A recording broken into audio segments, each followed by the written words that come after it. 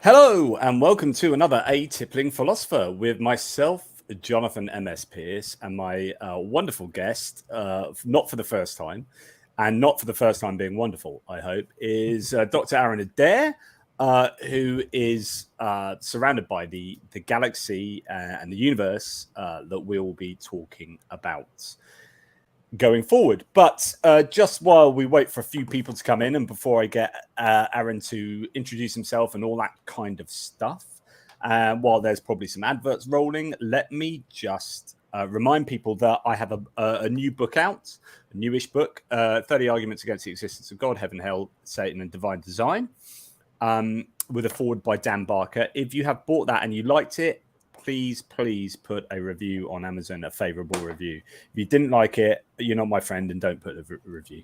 I don't want to know. And of course, Dr. Aaron Adair's book, The Star of Bethlehem, A Skeptical View. There he is. And there he is. There he is. So, Aaron, welcome along again.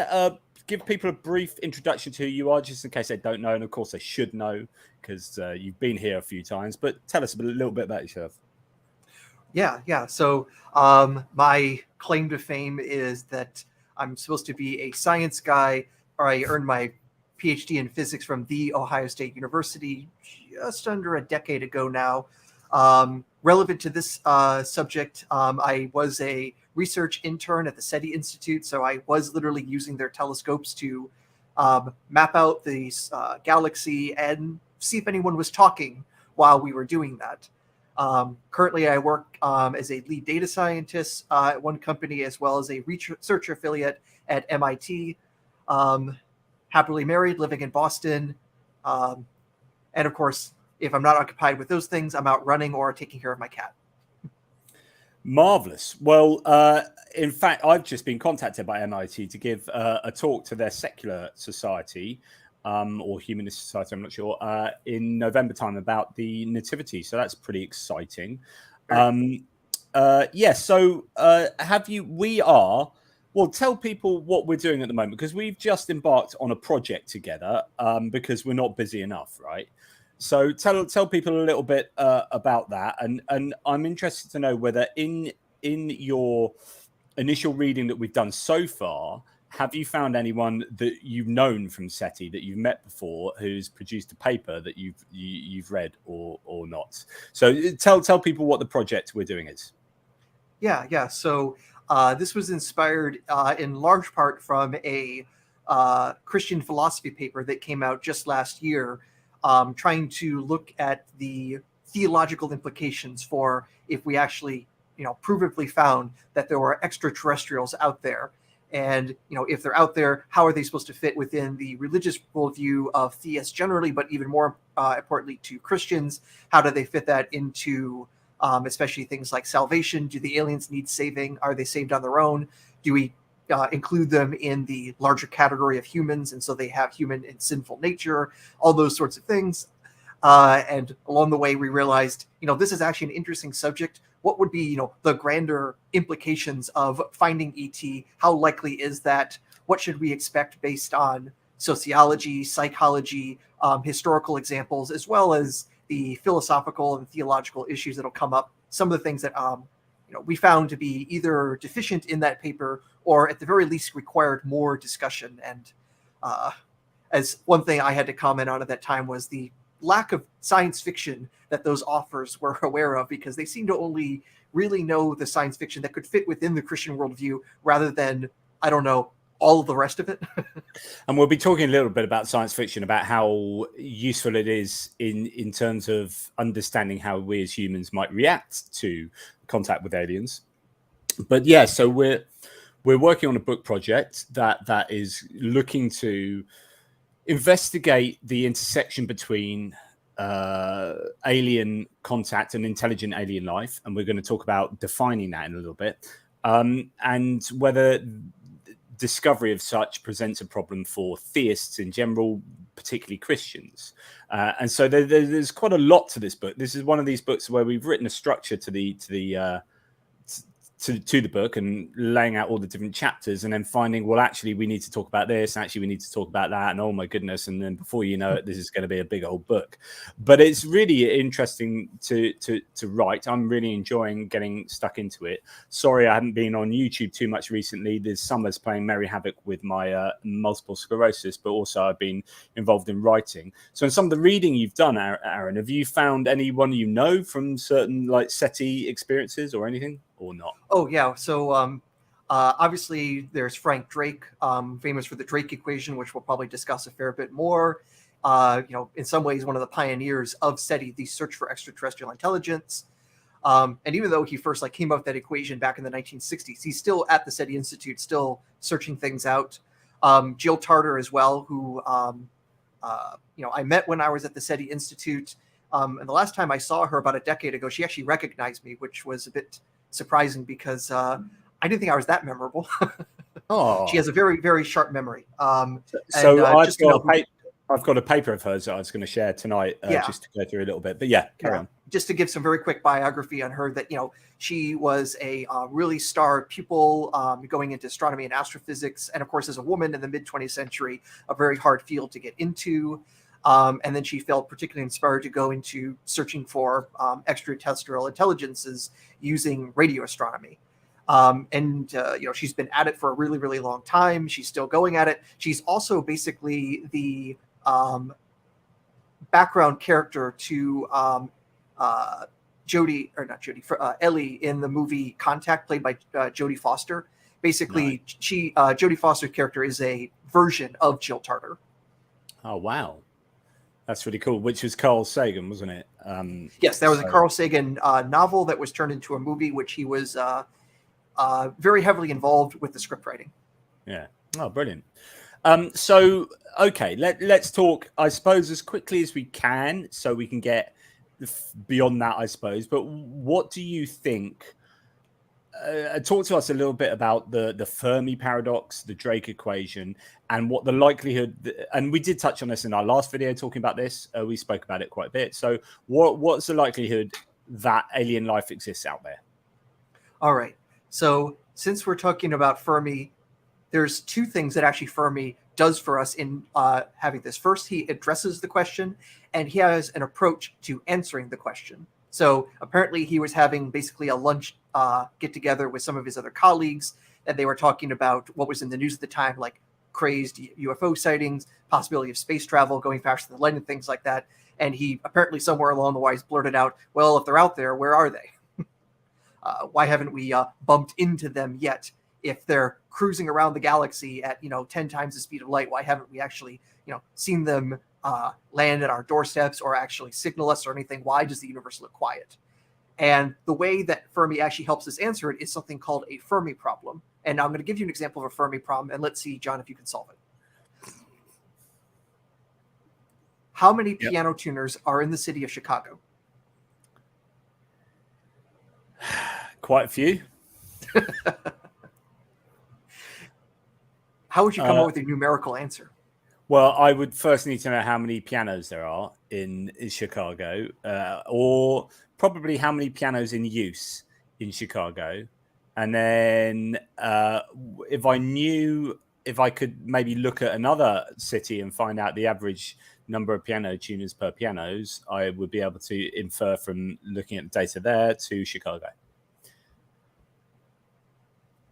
That's a very valid approach, but let's suppose you are even more ignorant. You don't even know how many pianos there are. All you can do is just from your intuition, what's your best guess for things? And you're actually approaching exactly that sort of thing. You'd say, okay, well, first 17. off, how many people are in Chicago?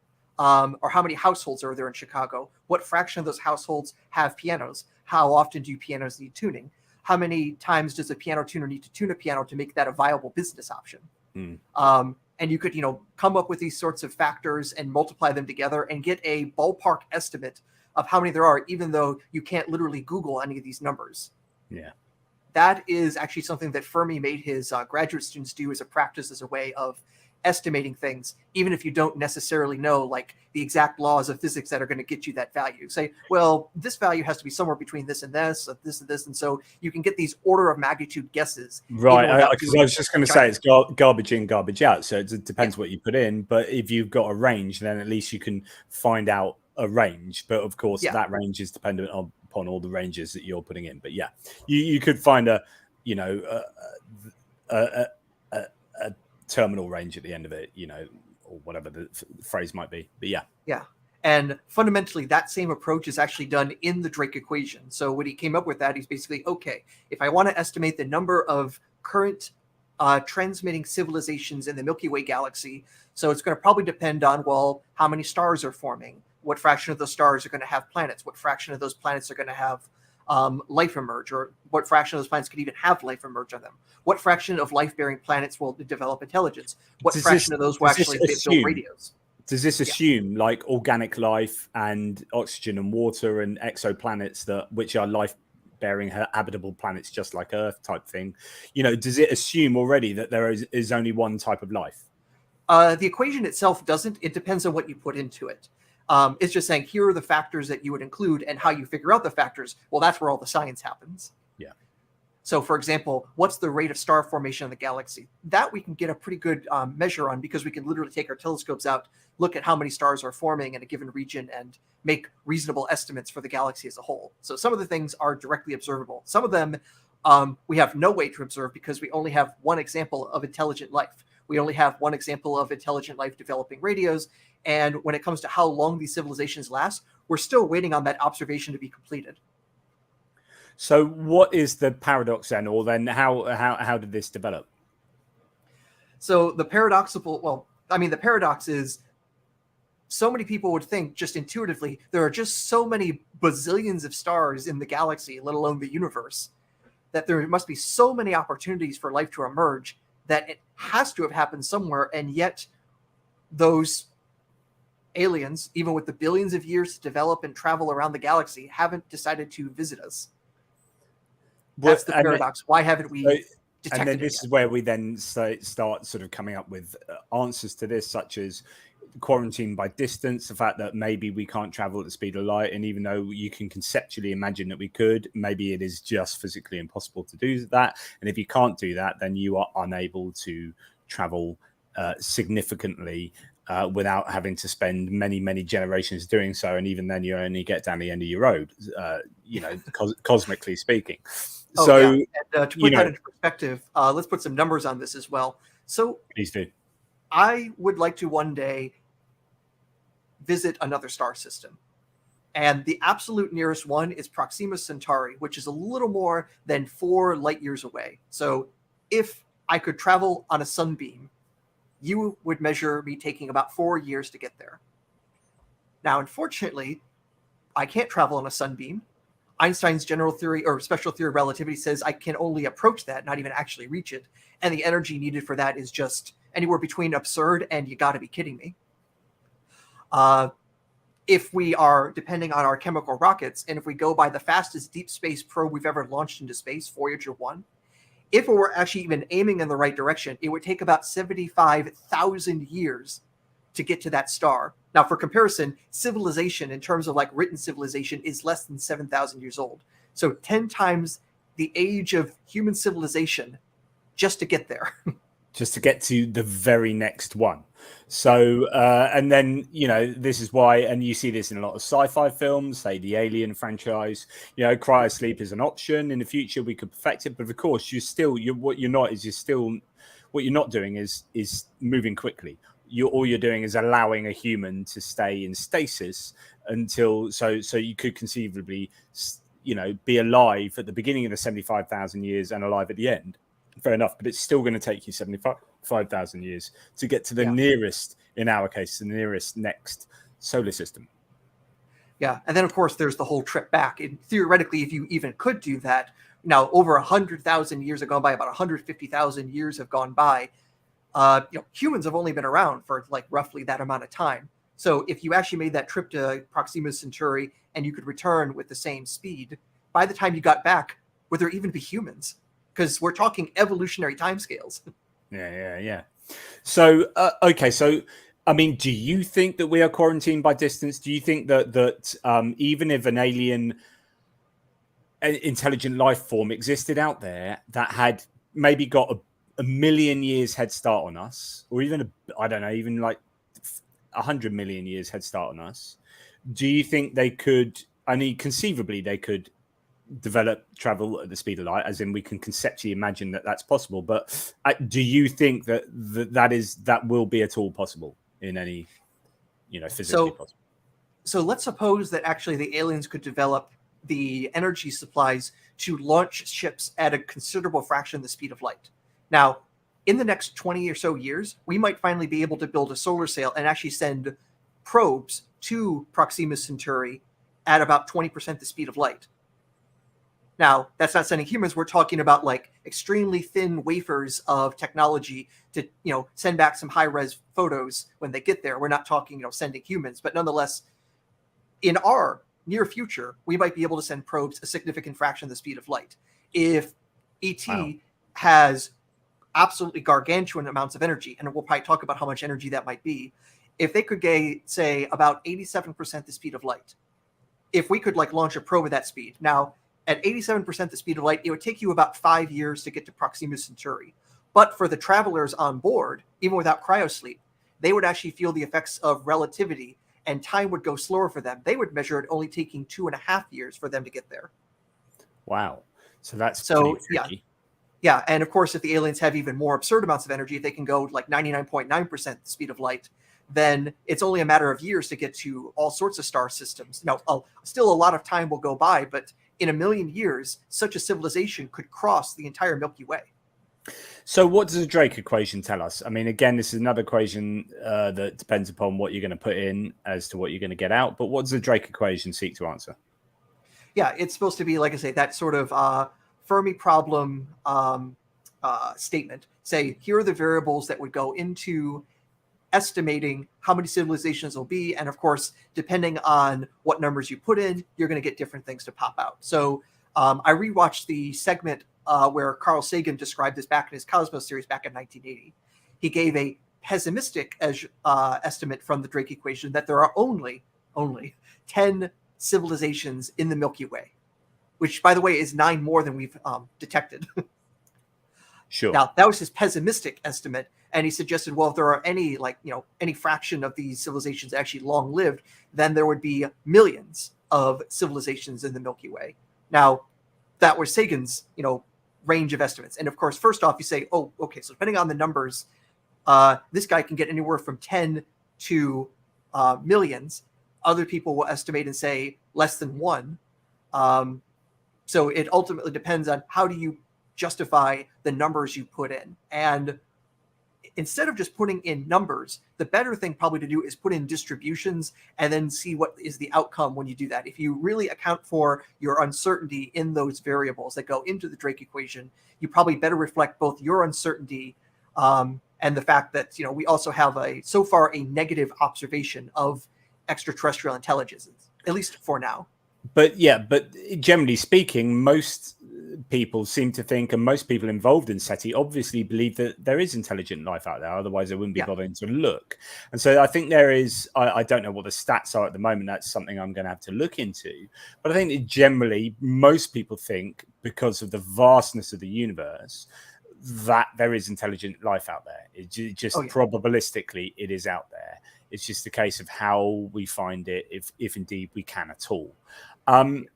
First of all, how big do you think the universe is? What's the general consensus among astrophysicists as to whether it's either infinite or it's just ridiculous thing to say how close to infinite, but but do you get my meaning? How big do you think the universe probably is? Yeah. So we will probably want to distinguish when we say universe, which universe we mean. And I mean that in the sense of, are we talking the observable universe or literally all the possible space that exists? Because one of the things that we also know, because the universe is expanding in size and that rate of expansion increases the further and further you get away from 2 points in space-time, that there is a edge that you'll get to where the space is literally expanding faster than the speed of light, and you can't possibly observe anything beyond that. Yeah. So Yeah, because of course, what one must remind viewers that observation requires, lights like, or thing directly observing, but any kind of information is not going to be going faster than the speed of light. So we would think, and therefore, if there's expansion of the universe that's more considerable than that, we've got a problem with observing. Right. So we have a couple limitations. So, we could also just say the universe that matters to us is the Milky Way, because the Milky Way is so isolated compared to the other galaxies that you might just say this is the only part of the universe that matters, because even if you could go the speed of light, getting to just the next galaxy will take millions of years. The universe is so crazy big. So and there are trillions of universes, right? Maybe. Oh, sorry, trillions of galaxies within the universe. Yeah, exactly. Yeah. So, but also, of course, a multiverse, and there might also be right. Yeah. Now, when it comes to universe hopping, we don't know how to do that yet, or if we can at all. But anyways, here Helljumper says, is slip space travel theoretically possible? What if we could perfect it trying to travel to another galaxy but end up in another universe or multiverse? Theory quite interesting. So that's sort of connected to what you were just intimating there. Yeah. So slip space or warp drive, I mean, that's the term there's actually quite a bit of physics literature on general relativity and bending space and time in such a way that you can travel faster than light. There's something called the Alcubierre Drive, and it's basically a solution to the general theory of relativity that says if you have this distribution of mass, you can actually have a chunk of space travel faster than the speed of light. Is this where someone seriously sits down and they've watched all the Star Wars films, right? And they've gone, right, and they're sitting in an office with 10 other hardcore physicists, and they're right, how do we make Star Wars work? How do we do this? Because we've got to be able to make it work. I believe that's actually how Miguel Alcubierre described it. He was inspired by Star Trek, and he tried to say, okay, how can we make the equations work? Now, there were some serious problems with his proposal. The first proposal that he created required more matter than the entire observable universe would provide, which is a handicap. And it also said we needed something called exotic matter, or what we might call matter with negative mass. You have never seen anything with negative mass, and it almost certainly doesn't exist because it would just break all of our physics. It's literally something that could do perpetual motion. You would try to push on it and it would slow down. It's just stupid. These are kind of ad hoc things where you start with something you want and then try and create something to fit that. I just want to say, Neil, Gnostic Informant, who is obviously a legend, thank you for the super chat. Please get your super chats in if you want to ask any questions. Aaron Adair is secretly an alien from planet Zohar Sexy 38S, Morningstar 13, west coast of the giant ocean and the smallest moon. His background proves it. Thank you, Neil, for being the first person to formally recognize the truth of Aaron Adair. He's a little bit off on the address. I'm actually from Morningstar 69. Why? It's nice. Yeah, there you go. The fact. Thank you, Neil. So we're now at a stage where we can say, let's say that there is lots of intelligent life out there, or there's lots of life out there. Are we right to assume, just from probability, that life will be intelligent? Well, again, we only have one data point to work with, and that's the light that developed here on Earth. And arguably, there's only been one evolutionary line that has actually developed what we would call intelligence. The dolphins, have a significant brain size, but they've never developed tool use, for example. Now we've seen tool use among crows, for example, things like that. But at the very least, nothing to the level of engineering and forethought that we would consider intelligence in the same way we are. So if after 4 billion years you get one example of intelligent life, it's hard to call that inevitable. Although you can I'll throw this in there, we have been coexistent with 8 now extinct human species. So you could say that actually it's not just Homo sapiens, there were other, but you know, That's why I was careful to say one evolutionary lineage. So the various forms of human, maybe even the chimps, because I mean, they're so similar to us. They have tool usage. They have social structure. They may not be building rockets, but, I would still, they're family, extended family. Yeah, absolutely. So, okay, let's assume that alien life is out there. Have you ever thought about what alien life could look like, and what its intelligence might be like, and whether it would be conceivably different to ours? Well, the fact of the matter is, if they're developing on another planet, they have to have a different evolutionary history. That they would have to follow the exact same path that we did, getting from microbes to tetrapods to bipeds to our final form, or our current form, I should say. That seems so astronomically improbable that even if there were a billion civilizations in the Milky Way, it'd be really hard to expect any of them to look like us. So the vision of Star Trek where there are aliens that just have pointy ears or things like that, or they just have brow ridges. No, that only exists in our fiction because it's a lot cheaper to put somebody in makeup. They didn't have CGI, so that's what happened. Yeah. So the fact of the matter is, if we see them, they are going to be so alien to us, it would be hard to even recognize what they are. Like, do you think you could get, like, say, gaseous intelligence or even mechanistic? I mean, are these realistic ideas? So that was actually something that Carl Sagan actually proposed, an idea of a species that existed in the clouds of Jupiter, that basically be these giant balloons filled with hydrogen and heating hydrogen to float up and down to get nutrients. So theoretically, you can imagine such a thing. Have we actually found floating aliens like that? No, but at least, it's scientifically possible. There's nothing I know of that shows that can't possibly exist. And of course, there could be sort of life being able to exist in a non-organic sort of framework. So you might have, different chemicals that allow for life, or life where there isn't water and there isn't oxygen, but life is able to exist in other ways. Yeah. If I were to be a betting person, if we did find life, I would bet they are water and carbon based, because one, carbon has so many really useful properties to biology, and two, water and carbon are extremely plentiful in the universe. There's a whole lot more carbon than there is silicon, and it's much more available than silicon. Like, most of the silicon on Earth is literally rocks. And well, I don't know if you bang some rocks together, but you don't hear them scream from pain because they're not living. Well, I don't know. I can use parts of my brain that probably you can't. So I can access these, and I can see auras as well, but that's something else. Okay, I might need a little bit more juice to see that. Fair cop. Okay, so how about the first contact? Because what we often when we watch sci-fi films, big blockbusters, like Independence Day, everyone's going about their daily business, and then suddenly there's an alien there in a massive spacecraft, and you're like, oh dang, didn't notice that happening.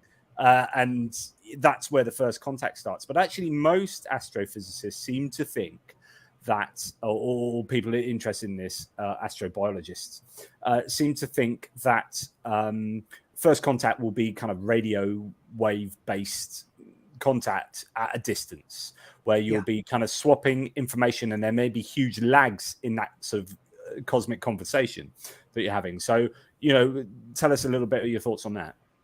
Yeah, so to me, when it comes to knowing that aliens exist, I go from low probability to medium to higher probability. I think the lowest is the aliens show up, land on the lawn in front of the United Nations, and give a speech. And of course have, immaculate English because they've been studying us so thoroughly. Naturally. That I find the least plausible because, again, space is so large. It's such a huge time and money investments. It takes so much energy and foreplanning to do that. So, you can imagine saying, okay, you have a mission to go to this planet filled with all these, primitive humans, and you need to live with them. It's going to take you several generations to even get there. So it's going to be your great grandkids that are actually do the teaching. That's a lot to ask for anyone to do on such a mission. So a whole lot easier to do. This is a primary argument against probing aliens that are going to go all this way with all that extortionate expense of energy and time and effort and evolution of their own to like get to this pinnacle point where they can go to another civilization, and then they can clandestinely hang around doing like this in spacecraft, just fooling us for a bit, and then taking a chunk out of a cow's backside, or picking up a drunk guy in Ohio and zapping him up on a Friday night and sticking a probe up his ass.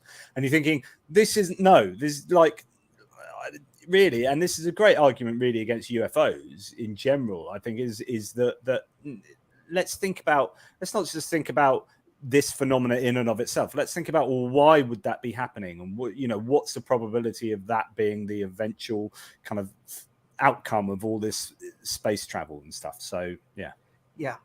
So like I say, it's not impossible. Like, there's nothing in the laws of physics that says it can't happen, but you just have to realize who really wants to put in all that effort if there's a much easier way to do it. And in particular, we have something that we know that can literally travel at the speed of light. It's light. And radio is just one particular form of light, and it's also very easy to use, or easy to produce. How easy? We literally figured it out over 100 years ago. Yeah. So how fast does radio signals travel? Approximately 186,000 miles per second, or approximately 300 kilometers per second, 300,000 kilometers per second. Such a geek. I love the fact that you just rattled that off. So what's that compared to the speed of light? Radio is a form of light. So right, it literally is light. It's thank you for correcting me. Yeah, the thing that makes radio easy is that it has a large wavelength or a small frequency, which means it also takes relatively low energy to produce. It's much easier to produce a radio wave than it is infrared versus visual light versus X-rays or gamma rays. Okay. So if the aliens wanted to transmit gamma rays to us, that would take a whole lot more energy than radio would. It's a whole lot easier to just use a radio tower than it would be a gamma ray laser dish, or something that I expect out of a Godzilla film. Yeah. So the idea is that we're far more likely to intercept some kind of radio signal, and that would be our first contact. Just Hell Jumper, do you think Mars had carbon-based life forms but went extinct? To me, that's a very open question, because the evidence seems to be pretty darn good that in the past Mars had liquid water on its surface, and there were the other materials on Mars that seemed to have been around that could have allowed life to emerge, but we don't know. That's a gigantic we don't know sort of thing. And we've actually been trying to do experiments to determine one way or the other, even if there's current life on Mars, since the 1970s, when the Viking lander landed on Mars in 1975. It actually had a chemistry set on board, so it took Martian soil, dumped it in, added some chemicals, and tried to see like what sort of byproducts were coming off to see if anything looked like life coming off. And it was getting signals that could be interpreted as living, breathing life on Mars right then, but it also had other things that looked anomalous. It's been mostly interpreted as something was wrong with the equipment, but it's still, even today, people argue, well, maybe maybe it showed something. So that's experiment was a question mark, and for all we know, if we dig down, maybe we'll hit a Martian dinosaur bone. We really don't know. I don't even have a sense of what the probability is, unfortunately. It's a hard question. Okay, so now what would the difference in reaction? Well, the first contact by radio versus first contact by an alien turning up on your doorstep and saying hello, that's obviously going to garner quite a big difference in reaction from humans, right? So if with the excitement that would be generated from having that first contact by radio would be, amazing. News would just go utterly nuts, and people, I think, would be generally excited and not feel so threatened. Whereas if you had people really ETI, intelligent, extraterrestrial intelligence or intelligent life turning up on your doorstep, there's that immediacy there. There's that proximity and threat. So is that broadly what you would be in agreement with? Yeah, though I think we also do need to put in one caveat as well when it comes to the initial signal. So there's actually two possibilities on us detecting ET. There is the active signaling from ET and the passive version. The active one is they are sending out signals and they are trying to say, hey, we're here. We have things to tell you. Check us out. We can radio transmit. That's one possibility. And the other one is we just basically accidentally pick up one of their transmissions in the same way that somebody might pick up our accidental old television signals, and they'll, read the signal and figure out, oh, we were watching Doctor Who back in 1964. Awesome.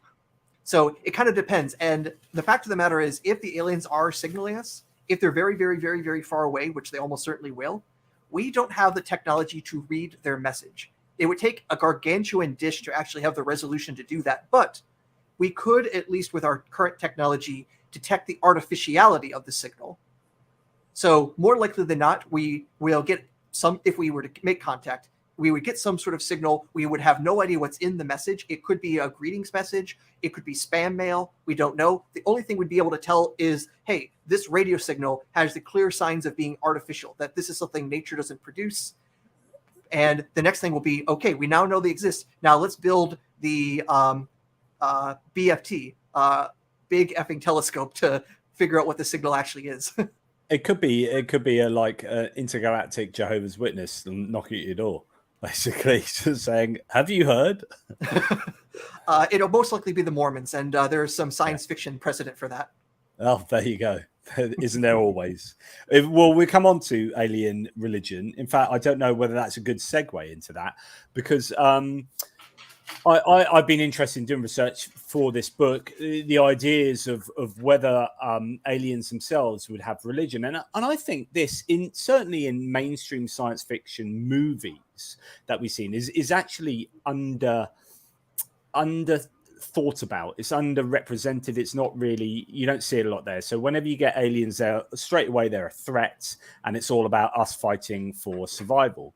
But actually, in reality, if you're going to go that far, there's going to be some intentions. It's not always. It's like when we went to the New World, we didn't go to the New World in order to destroy things like outright. So what we did is we went for resources, and then we ended up proselytizing as well. Now, so there's this theory about, would aliens have religion, right? It's not a theory. People have thought about, would aliens have religion, and what religion would it be like? And here's a paper that I'm going to just bring into play, which I think it's not particularly new, this paper. I think 1992, so it's quite an old one. But basically, it's Michael... I forget his surname. That's my MS brain today, because I've just been looking at this paper loads today. But he says, Ashkenazi, I think. He says all human religions share two logical features. Their basic premises are unprovable and thus not scientific, in as much as they are impossible to refute. And religious action is a logical consequence of those irrefutable premises. This may well be a feature of all religions, human or otherwise. An ETI species with a strongly held religious premise and a proselytizing motive may well be engaged in SETI, searching for extraterrestrial intelligence, precisely for religious motives. Now, what he talks about are three different classes of religion. And he says you get a small class of human religions, this is, where the small class consists of proselytizing religions. Now, even though this is a small class, i.e. there's not many of these religions, they make up most people on Earth, right? Because they're Christianity, Islam, Buddhism. And these are religions that are characterized on a whole by an aggressive, intentional conversion process, and often by a consequent indifference to alien culture and religious realities. So think here about the Christian conquistadors going to the New World, or going to South America, and they didn't really care about the religion of the indigenous people there. It was all about an aggressive proselytization. And then he says there's a smaller class, class 2, consists of isolationist religions. So these have no organized proselytizing process and tend to discourage converts and tend to center around a particular ethnic identity: Hinduism, Judaism, Shintoism, Chinese religion of this type. And then the third one, which is a large class, as in it's got the most examples of it, even though these religions are tiny generally, quite like tribal, a lot of them, or very parochial, consisting of the smallest religions, includes agglutinative religions. That is, religions that do not proselytize, but also do not reject other religions, essentially assimilating aspects of other religions into themselves. and we can talk about the cargo cults and things maybe as well. So you've got these three types of religion, and I just thought that was interesting to bring up here, because what we haven't seen in sci-fi is the idea that an alien species would come to this planet, and instead of wanting to blow us up and kill us and eat us or whatever, go, have you guys heard about our God? Have you guys been revealed this? Well, how about you guys believe this? And it becoming, or having that on top of resources, like, oh, if you got some resources we can have, by the way, I think you should believe in our God. Because, these aggressive religions, certainly on Earth, if we can predict using what we know from our history and our sociology, then these are the types of religions that seem to take hold and become larger and larger because of their aggressive nature. And therefore, if you're going to imagine religion in an alien, then quite possibly, if they're going to have a religion at all, and we can talk about that, they are more likely to be the aggressive class 1 religion. What do you have to say to all of that? Sorry, there's a lot of me talking. Well, that I think has a pretty strong logic to it. I mean, it's almost kind of like the same idea of, if you're looking at a petri dish, there could be 2 cell cultures. One of them multiplies wildly and the other one, just keeps to herself. If you come back after a couple of days, the petri dish is going to clearly be more of one type than the other. That would be the expectation. And on top of that, also one of the other papers that we were looking at, one of the authors, Jill Tarter, she was making the argument that if an alien species is, technologically advanced and traveling about, they also must, or at least more likely, have a homogeneous view on religion, because they basically can't, be surviving well if they have super weapons and have religious conflict. If they think, God will sort them out in the afterlife, and then they have super nuclear weapons, they may not be a very long living civilization. So it would most likely be the case that the aliens, when they meet us, they almost are all of one particular religious persuasion. And from what you were citing there, that, yeah, the ones that spread themselves the most would be the most likely. So something more like Islam or Christianity would be the form in terms of proselytizing. Now, what they would proselytize about, that's a very hard question to answer. Yeah. But I think it's just really interesting that there's been no major sort of, I suppose people might think it would be too analogous to like Christianity or religious proselytizing on Earth, and but I think there's really interesting analogies that can be made from, say, how we walked into the New World and what happened with the Aztecs, and the fact that every time there's been, so this is something called the Colombian exchange, which is a phrase that represents what happened when Christopher Columbus went to the New World, which is there was an exchange of ideas, of technology, of resources, of food, of diseases, all these sort of things. This was then has been called the Colombian exchange. But what happened is basically the Colombian exchange resulted in 80 to 95% of indigenous populations dying out. Now, why that's interesting is, like, if we can then look at alien life coming to us, where if they are coming to us, they are the ones with the far greater technology, just as we were as conquistadors. I say we, sorry, I'm being very Eurocentric. But as the Spanish conquistadors had a far greater technology, horses, big ships, muskets, armor, metal, things that the Aztecs had never seen. Arthur C. Clarke's third law, anything that's of a sufficient, technological advance looks like magic. So, aliens coming to us will have that kind of advantage over us and that kind of power over us, therefore. And is that a real threat given what we've seen happen in the New World? With them coming to us, there's lots of me talking. What do you say to that? Well, I guess it's going to really depend on the motivation. So, if they're coming here, if their purpose is proselytizing, then they have obviously no incentive to mass exterminate, and they're probably not carrying some sort of pathogen that would be dangerous to us, like it was in the case of the New World peoples, because, it was jumping from human to human. The biology of the aliens are going to be so different. Heck, it may not even be DNA based. We have no idea that there isn't any reason to expect any sort of easy jump from the aliens to us and making us sick. I mean, the same sort of way, a lot of the plagues that humans suffer from originated in animals, but it took lots of animals staying close to them, lots of opportunities for contact for just that one random or three sets of mutations for that jump to happen. But at least we humans and cows have a common ancestor. That won't be true for Lure of Omicron Persei 8. So whatever diseases he might be carrying are probably completely pointless to our bodies. They won't do anything. So yeah, if their mission is to proselytize, then that sort of thing won't happen. But on the other hand, if their hope is to basically, get the resources that they need from our solar system, they probably have the ability to completely wipe us out before we even know they exist.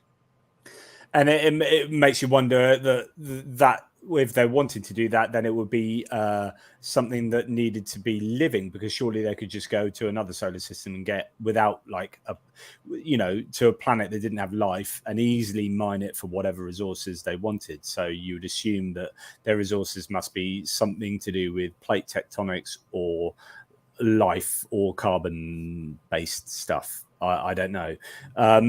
So therefore, if it's not really strictly to do with resources, then it is going to be about more of an abstract thing going on, and maybe curiosity. Because I mean, what do you think of the idea that perhaps if they're sufficiently advanced, then actually being able to travel such huge distances might not be particularly difficult?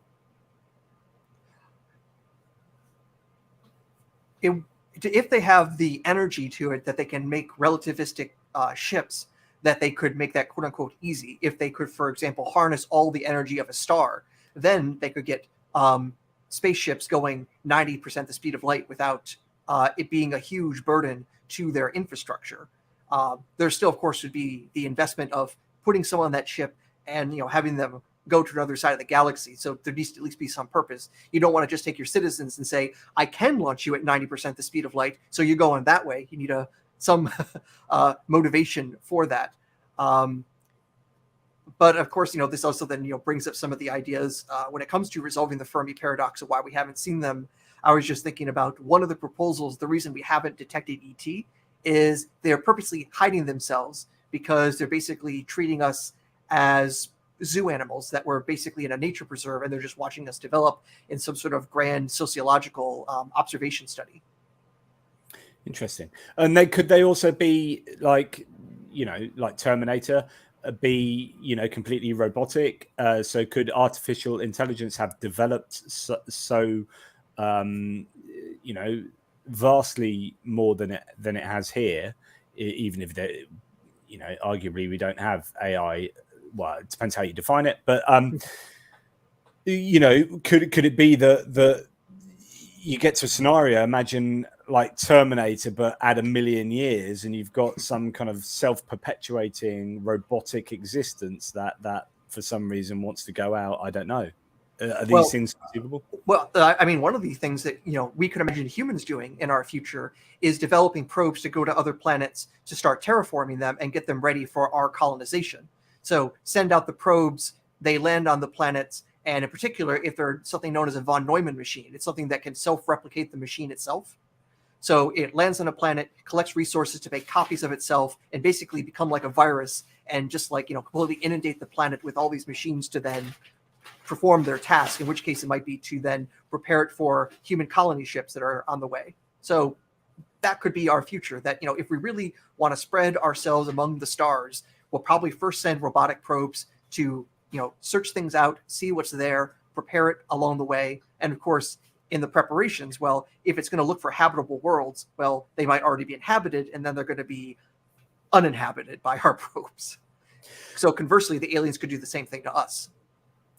So here's a paper, a chapter from Jill Tarter in Stephen J. Dick's Many Worlds in the Universe, Extraterrestrial Life and the Theological Implications. So in a chapter, she talks about, whether God would exist for aliens. But then you say, if God does not exist, we can imagine that elsewhere, long-lived technologies may have been developed by intelligent creatures who never had the need to invent God or religions, or who did so in their youth, but later replaced them with more scientific worldview. an information-rich message from these extraterrestrials will, over time, undermine our own world's religions. As in the previous example, skeptics will quickly be persuaded by those new pieces of information about the universe that are verifiable. For them, the absence of any information about God will be conspicuous in the extreme. However, for true believers, it will be impossible to prove the negative. Their belief in the existence of God is beyond proof. But subsequent generations of humans who mature with the knowledge of the existence of other technologies having long histories and no apparent need for religion will find it harder and harder to subscribe to the unique terrestrial beliefs. This idea that if aliens don't have religion, then that would be possibly a real challenge to us still believing over a long period if they seem more advanced than us. And she goes on to say, those terrestrial religions that claim the most favored relationship between God and humans will either have to adapt, or if they cling to their chosen status, the extraterrestrials will be defined as the newest infidels. Yeah, I'm just first thinking, like, many people will accept proofs of God based on the authority that, they'll listen to someone like William Lane Craig and say, well, I have, these fantastic proofs that God definitely exists. If we say, well, Bill, do you really think you're smarter than the people who can travel among the stars? No, I'm going to take their authority. And they're telling me, no, they checked the galaxy. There's no God up there. And if you say, no, I can prove it in 3 premises, it's like, no, they can travel at light speed. They know things you don't, buddy. So that would be a huge problem for the apologists, because they're going to have to argue with a civilization that is clearly more advanced than us. So how do you do that without any, with any sort of credibility? It's like, oh yeah, we know better than them. Really? That will be a very hard sell. And then conversely, if the aliens do believe in God of some sort, and whatever sort of God they believe, whatever their religion is, it's more likely than not a completely different religion than anything that's developed here. So once we learn about it, well, our responses will be, well, again, they're more advanced. They apparently have a better relationship with the divine. We should convert to whatever they believe, because apparently it works better for them. It's not working so well for us. I think I was reading in one of your chapters that you've already written for our book. I've read so much recently that I even forget. But were you not talking about how religion is completely? You were talking about how it's completely reliant on our own context, right? It's a really interesting chapter. I really loved reading your chapter about how loads of our myths come from, and religious understanding, if you like, or religious stories come from originally from looking at the stars and seeing how they were in the sky and the constellations, and that gets mapped, that gets drawn into our myth construction. And of course, if you're an alien from another galaxy, the stars are going to be completely different, and therefore the religions will necessarily be different. This idea that we seem to think our religions are each adherent thinks their religion is a true religion, but of course it's so completely dependent just on things we see, and they are in that sense etiological, which means half of the stories seem to be about explaining phenomena like the stars in that particular pattern, and then taking that and it becomes part of your narrative. But of course it's so parochial in a sense. Yeah. What do you have to say to that? Yeah, and so there's 2 factors. One is the things you're trying to explain with your myth. So the direct is like, why do we see that pattern in the sky? Why do we see this particular rock formation? Why do tigers have stripes? All those sorts of things you have to explain, but are completely contingent of those are the things we see on Earth. There's no expectation that there are striped tigers on these other planets, unless Zaphod Beeblebrox builds every single planet in the universe the exact same way, and I don't think that's going to be the expectation. And also, even those original myths can also then be transformed into new myths. So in the chapter that you've been talking nicely about, I also give the example that from some of the older Sumerian myths, they had these depictions of the motions of the morning star influence their telling of the descent of Inanna into the underworld, being down there for 3 days and then coming back to life, which corresponds to when Venus sets in the west and then it finally reappears in the east after 3 days. But these ideas about the morning star would also then become influential in the prophecies of Isaiah, where he refers to the Babylonian king as the morning star who then gets thrown down from Mount Zaphon, which itself is based on Ugaritic myth. And then this text is then used later by Christians as looking for examples of the fall of Satan. Now, the whole reason this all matters is the morning star Venus only exists because Venus is closer to the sun than Earth is. On an alien world, their planet might be the closest planet to their sun, and so they have no morning star planet. They can't even have this metaphor. They might not have then this concept of the fall of Satan, because that belief is at least influenced by a reading of a text that is ultimately derived from astronomical observations. Yeah, and it's just fascinating. I love reading it. And the idea, the really clear idea that these aren't objectively true stories. Obviously, they're not. I mean, but to Christians, for example, and Orthodox Jews, they think they are. But it's like, come on, surely you can see the evolution of these tales where you're either stealing them or there's an intertextuality that goes on with the Ugaritic text where you're taking those ideas and maybe changing them a little bit or whatever. But these observations are just being written into your narrative, I'd say mythological narrative, but they would say religious narrative, and it's so obviously metaphor and etiology and all the things that aren't objective historical fact. Yeah, and of course you can imagine trying to bring the aliens into your religion, and you'll have all these rites that the aliens probably won't be able to perform. So, for example, if an alien wanted to convert to Judaism, and they say, okay, so first off, how many sexes are in your species? 12? All right, so which one of you guys needs to have the circumcision? Wait, you guys don't have foreskins because you have how many penises? Okay, you're going to have all these sort of issues that it's going to be, how do you, adjust the rights so you can adjust them in? Because, if this is supposed to be a universally applicable law, or this is supposed to be a religion for the whole universe, and you literally have species that literally cannot perform it, well, there goes it being a universal religion. Yeah. So someone like Ted Peters, who is a theologian, and he accepts the age of the universe. He's not any kind of young Earth creationist. So, and evolution, I think he accepts these things, but sees the astrobiology or the discovery of intelligent alien life as not a threat to religion. And he's written quite a number of things. And one of his earlier pieces, he did a survey of I think 1,300 respondents from various religions, who were theologians or clerics or people high up, and basically asked them, do you think the discovery of intelligent alien life is a threat to religion? And broadly speaking, well, in fact, let's just very quickly read what he found, which is so this is Ted Peters, The Implication of the Discovery of Extraterrestrial Life for Religion, his paper.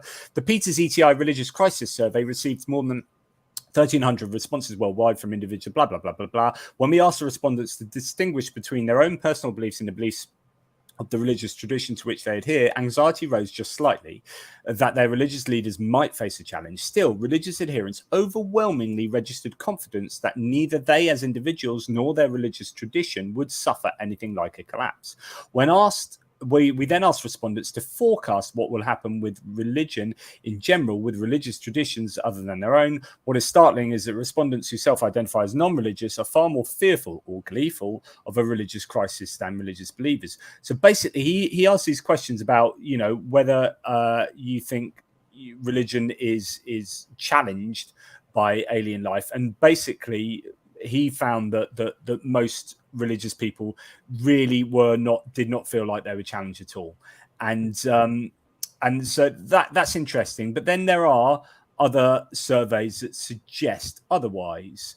But first of all, just is there anything you have to say to that at all? So first, the grain of salt that with any sort of direct survey like that, there is always the issue that are the respondents giving, their most objective answer, or the one they feel like they should be answering. If, the response should be that, my face is unshakable, so the discovery of aliens shouldn't shake it, then that's the sort of response you're eliciting. It can be very different to say, here's what I think will happen in the abstract, and then what happens in reality. And to give an historical example, we actually talked about this a little bit before when we talked about the response of religious authorities to the Copernican hypothesis that the Earth actually went around the sun. When Copernicus wrote his original book, really it was just like, all right, let's see if this has any utility in making predictions. This isn't really a problem for us. There wasn't any banning of the books. There wasn't even any like force to say it has to be edited before it's publishing. Things like that. It only started coming to a head until somebody started, shoving their nose into it and say, and now I'm going to interpret the Bible for you based on this. And then the Catholic Church was like, no, you go to house jail after we have this long trial where we show you the instruments of torture for you to confess your terrible sin of saying the earth went around the sun.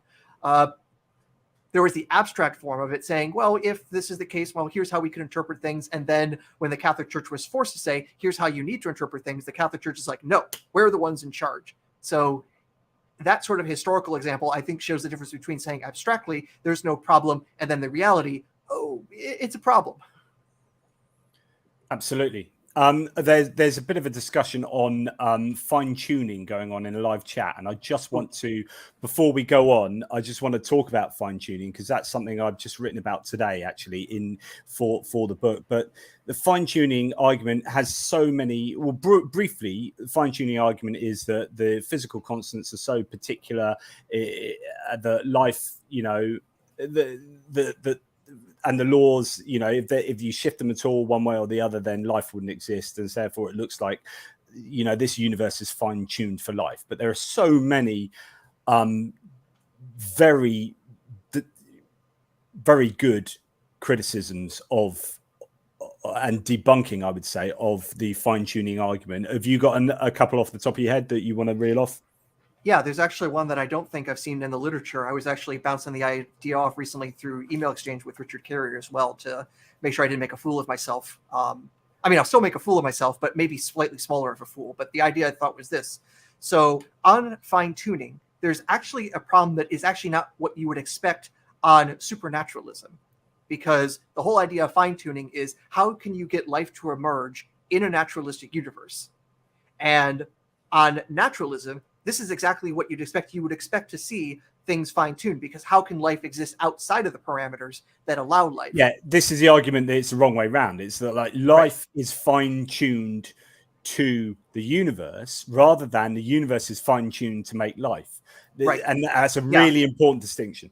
Yeah. And then the other point I realized is like, well, if we're going to, accept that fine-tuning is some sort of evidence for intelligent design, if we're going to believe the theist that that's what it's supposed to show, it still has the problem that it actually is contrary to supernaturalism because a supernatural God doesn't need to fine-tune to have life. We could exist in this universe and the life parameters of the universe don't have to conform to what we see. It would be a miracle. And guess what? Miracles are what you expect on supernaturalism.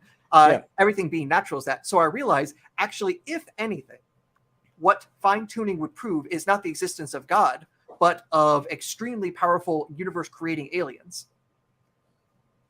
So it's going to be evidence for Klaatu before it is for Yahweh. And it's evidence. Well, surely, is a universe not fine-tuned for iPhones? Why choose humans as the apex here? Is it not fine? Or in fact, my iPhone is ultimately fragile. It's going to be obsolete in a couple of years. If you really want to find the things in the universe that are truly long-lasting, black holes. The universe is meant for black holes because it is very good at keeping black holes alive for trillions and trillions and trillions and trillions and trillions and trillions and trillions of years. And the idea that, in fact, rather than being fine-tuned for life, the universe is more fine-tuned for death. Black holes, but also there are so many ways that we can stop living, far more ways that we can stop living than we can continue living. So this is a dangerous place. The universe is a dangerous place. So I would argue it's actually fine-tuned for death. And here's the argument I was going to present tonight, which is, and I think I may have said this in the last video, but let's go through it again because why not? If really this universe was fine-tuned for life, you would expect there to be life everywhere. Right, you expect there to be so much life that you couldn't move for life, right? There was life on every planet. There was so much variety of life. It was just everywhere, almost infinite life, right? And imagine if that was actually the case. Let's call that U1, universe 1. There is life everywhere, right? If that was the case, theists would argue, guaranteed would argue that this is evidence that the universe was fine-tuned for life. Mm-hmm. Absolutely no doubt, right? What do we have instead? Well, imagine this is 100 years ago when the first fine-tuning arguments were coming about. Let's call that U2, Universe 2, right? Not the rock band. And in U2, you have us, just us, existing, clinging on a pale blue dot in the middle of nowhere. We are the only instance of life in the entire universe. And yet theists claimed that was proof of fine-tuning. Right, that there was just one instance of life, and therefore, look at this. It's a Goldilocks. This is perfect. This one instance. It's just how difficult it was to come together, but it came together. So therefore, obviously, these numbers are being played around with just so life can exist on Earth. And then you say, right, okay, what about Universe 3, U3? There's actually not there's not life everywhere, but there is, like we're talking about, life in different galaxies or different solar systems around the universe to some degree. In fact, there might even be infinite instantiations of it, but there's a lot of not life as well. So there's life here, there's life there, there's life there. Again, in all these Goldilocks zones. And then the theists will say, look, that's evidence of fine-tuning. And of course, what they've done is they've said that a single instance of life and an infinite instances of life and any bit in between are all evidence for fine-tuning. And this is having your cake and eating it. This is heads I win, tails you lose. Is there anything you have to say to that? Well, in particular, the example you gave of Universe 2, where there's only one substantiation of life in that entire infinite universe. Yeah, to say that you look everywhere and you find life in only one place and say it's fine-tuned for that, I'm saying no. You still haven't found what you're looking for. No idea. Was that a U2 gag? Yes. Yeah, I do. And I wrote a piece on this, I think I mentioned it last time, which is, imagine if I took you out into my back garden and I said, look, I've made a rabbit hutch for my 3 rabbits, and you think, yeah, I'm an all-loving, rabbit-loving guy. This is going to be some great little rabbit hutch that perfectly fits my 3 rabbits. And I'll take you out the back of my house, and actually I've built a rabbit hutch that goes to the moon, and then there's a black hole in it, and then there's, a swamp over there that they can drown in, and a little volcano that can kill them and rents the earth in 2. And I say, look what I've done. I'm a loving guy, and I've made this amazing rabbit hutch for my 3 rabbits, but it goes onto the moon, but they can't actually access most of this.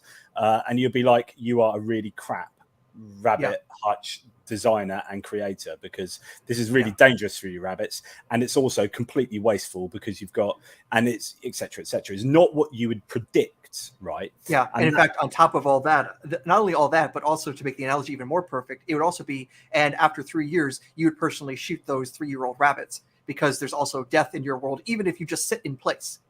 They just die. Death gets you no matter what. So when I was talking about the, I've just got to remove something and share it. I was talking about this with Emerson Green, who I've had on this podcast before, and this YouTube channel before a couple of times. And we were talking about the, sorry, I'm just trying to share something. We were talking about the fact that, it's heads I win, tails you lose. It doesn't matter what level of evidence I give you, it's all evidence of God existing. He said, actually, this is just a Bayesian nightmare for theists, because he says that if O is evidential complementarity, so if O is evidence for H1, so like the hypothesis that God exists, then not O is inescapably follows is evidence for H2 over H1.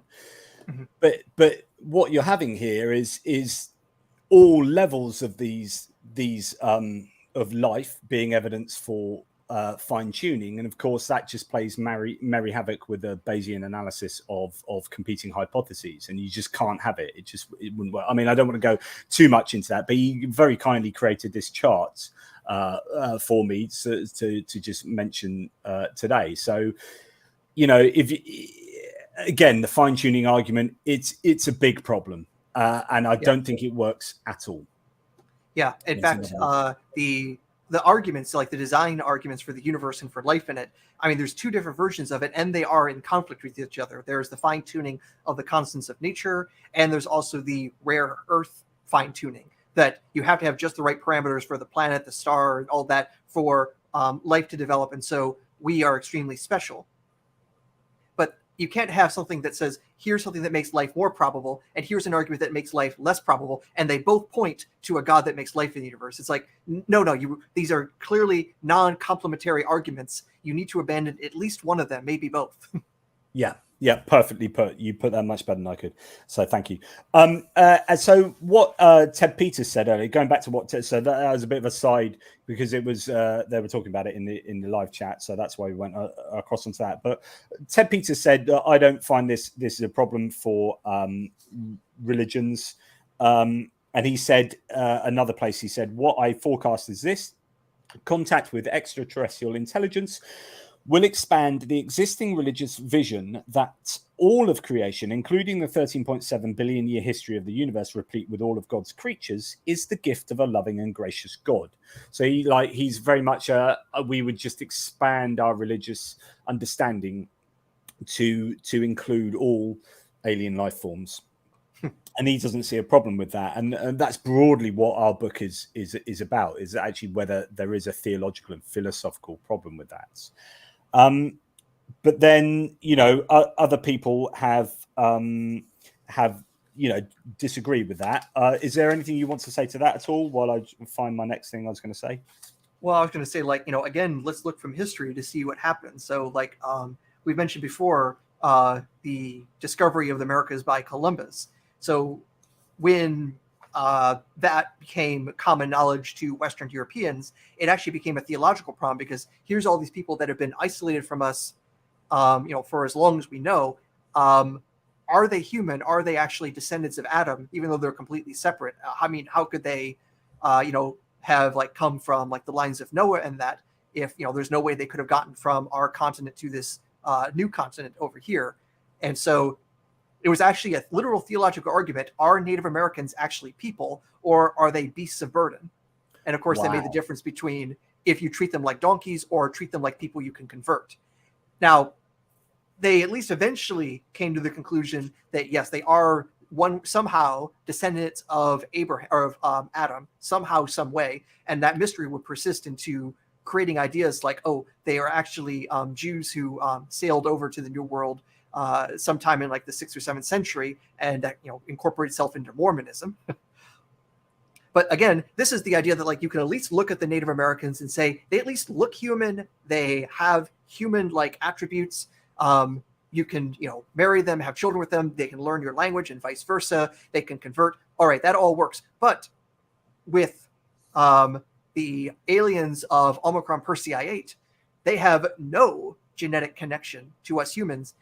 The only way you can say that they are sons of Adam or daughters of Eve is just pure fiat. You can't ground that on any biological basis. So I think it's going to be quite a hard thing, because if they show up and you say, all right, well, you also fit into the plan, and you do because we define you as part of the plan.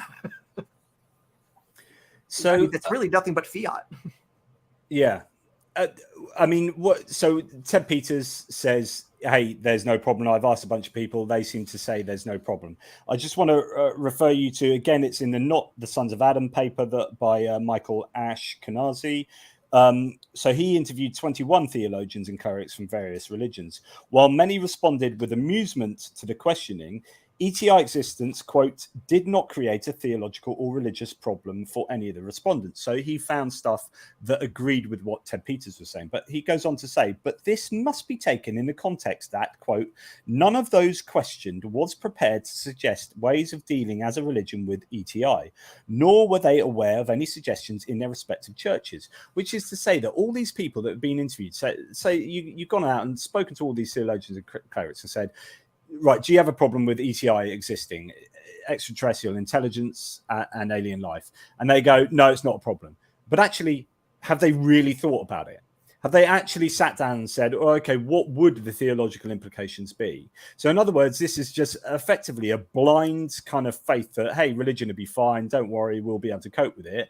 But actually, since most of people responded to the question with amusement, it's like, what are you asking me this for? It's not something so it's clearly nothing they've thought about previously. So for them to then go on and say, oh, yeah, it's not a problem for religion at all, means that they're just pulling that out of their backsides because, you know, this isn't something they thought about. And then I just want to, one more thing I'll go, which is a chapter called American Attitudes by George Patinico in Civilizations Beyond Earth, Extraterrestrial Life and Society. So this is a chapter. He said, and this is a later piece of data than both Ted Peters and Michael Ashkenazi. On this fundamental question, there are significant differences by religiosity. More religious. So he was asking about you know, whether people rejected the notion of life, you know, ETI. He said more religious Americans, as measured by frequency of religious service attendance, are twice as likely to reject the notion of life on other planets. Simply put, the more religious a person is in America today, the less likely they are to believe in life beyond Earth. Only 45% of Americans who regularly attend religious services believe in extraterrestrial life versus 70% of those who rarely or never attend services. So there is obviously some kind of tension here with greater religiosity, certainly in lay people. Why would religious, he's like trying to work out why this is. So why would religious Americans be less likely to believe in life on other planets? Despite our growing national diversity, the overwhelming majority of Americans are Christians, at least nominally. Devout Christians in America are more likely than other Americans to hold very traditional views of humanity as a single culmination of God's creation and the earth as the one divinely chosen place for this culmination of creation to live and prosper. For many conservative Christians, the universe, despite its size and scope, exists for the benefit of humanity alone. In their belief system, humans are not simply one group among many in a crowded universe. This would take away much of the divine attention from humanity, which is to say that this idea that we are the apex of creation, which many conservative Christians do, and very many very religious Christians in America do, is kind of blown out the water a little bit. If you're like, we're the apex of creation, and suddenly there's literally billions of intelligent life forms out there. We're suddenly not the apex. And if that's your idea of Christianity, then actually, he argues, discovery of intelligent alien life is going to challenge your religious worldview. Yeah, it's also probably worth noting that we're looking at two different groups of people in these comparisons. One is the theologians, and then there is the common public. Yeah. And I see a similar thing in like the evolution debates. You know, the majority of, you know, trained theologians that go to major seminaries and that come out, and whether they announce it or not, you know, they'll say, all right, you know, so that whole Darwin thing is probably right. Moses didn't write the Pentateuch, things like that. But on the other hand, the laity are not so, quote unquote, enlightened. So yeah, it makes total sense to me that the theologians might say one thing, while conversely, the general public isn't so on board and will only come to it maybe kicking and screaming, or even worse, pull the theologians back to not upset the flock. Because again, there's lots of people in the pulpits that know Moses didn't write the Pentateuch, but don't bring that up to the congregation. Heck, they might even be atheists, but still pretend to be reverent pastors. I mean, we have examples of that Daniel Dennett has been studying for decades now. Yeah, absolutely. I just was going to share something else in a second. Let me just find it. Sorry, I have to do these sharing one at a time, which is a little bit frustrating, but you know that's life. Vakoch, here we go. So this is a paper by Vakoch and Lee, and this is a really interesting paper. Again, talking about reactions, and they looked at reactions of religious Americans and religious Chinese. They looked at differences in attitudes between Chinese and Americans and found some interesting things. So I'll just give you a summary here. There were differences in attitudes across the two cultures. So first of all, that was quite interesting. So there's a lot of contextual variables going on. With the lack of data, interpretations said more about the respondents than the reality, such that there was a lot of psychological projection. So I find that really interesting. So how quick people question about this study. When you say Chinese, mainland China, Taiwan, I would have to look in. These are undergraduate students, all of them, I think. I'd feel free to go and have then they probably come from the mainland, because most foreign students from China are coming from mainland China. Yeah, and again, that these things will have an effect.